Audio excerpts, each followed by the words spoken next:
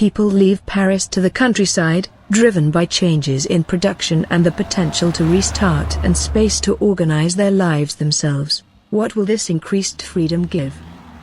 Is a more self-organized, somehow anarchistic, society possible? Around 100 people arrive to the site. Individuals and families navigate around the area and settle according to proximity to natural resources. After few days, habits of using water change. Stock water is used for only drinking and cooking, while personal hygiene relies on river. Unseparated waste disposals pose a threat to water contamination. Immediate action is taken, localizing the defection area 100 meters away from the river and start construction of collective sanitation unit. A central area is designated for collective water storage, distribution, manufacturing of tools and exchange of knowledge. Cultivation starts. Independent and collective units begin to occupy the land with methods ranging from field farming to bio-intensive farming. Living condition is on minimum basis. Water is collected from river then exposed to the sun, crops being planted, and food from fishing and hunting wild animal. Manufacturing of bricks starts in form of collective workshop, as same as wood collection.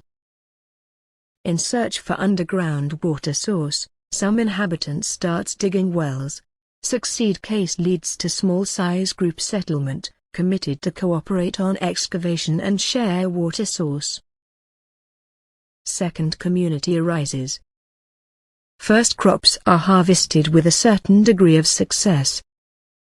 Some individuals who don't belong to a community fail to produce any food, therefore they demand to join communities. Water treatment developed, Noria is replacing bucket carrying system and slow sound filtration is completed for use. More yields result from efficient division of tasks are kept in communal storage. Permanent housing is constructed along with increased size of brick and wood industry. First community, being the wealthiest, isolates itself severely with walls and watchtowers. They establish storage garden border guard. Well community, the clusters of 6 to 20 people, solves conflict internally. Ditches, wood fences, mounds and security dogs are implemented to protect community from invaders. On other side of river, these communities do not have neither wealth nor land deficiency. Therefore they establish night guards and signify land that they occupied with simple materials. As area gets populated and exchange of goods become main activity, more interaction results in more land conflict. Without confined border, well community expands to the wall of first community.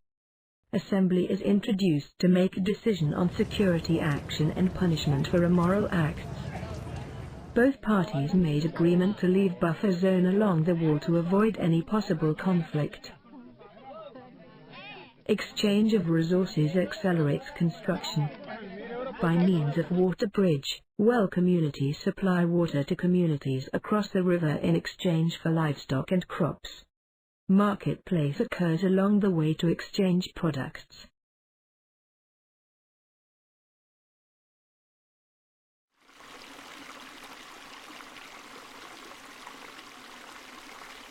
Severe condition during settlement period triggers survival instinct to generate babies. A year later, baby boom generation are born in time of material crisis. Exploitation of forest push to limit the energy production.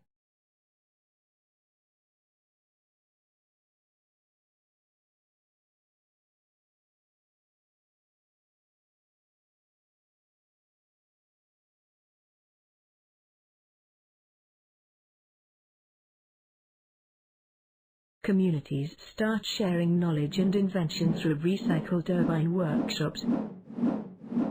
Short rotation trees are planted on collaboration.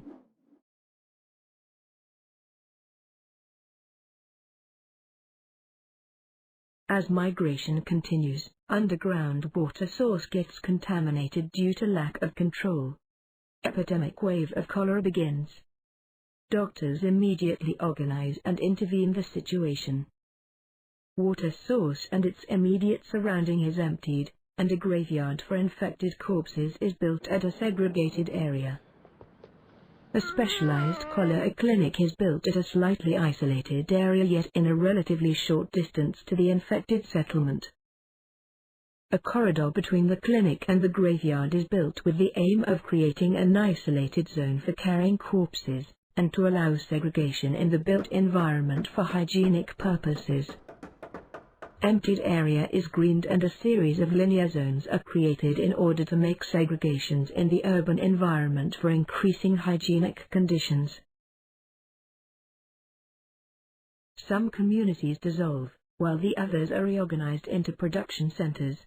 This new economy of interdependency is reflected on the transportation network and urban environment. A more integrated economy decreased the differences between individuals and communities. Trade areas are becoming occupied by individuals supporting themselves through service activities and trade. Trade makes communities and individuals specialized. In the production center, individuals who are specialized on one type of production build collaborative systems to maximize efficiency in production. After 20 years of human endeavor, experiments on different states of anarchy reach the point where all human collectives are dissolved and the city is now a cluster of autonomous individuals. Collective decisions are not political but technical, aiming to maximize production and reduce labor time while avoiding hierarchy and authority.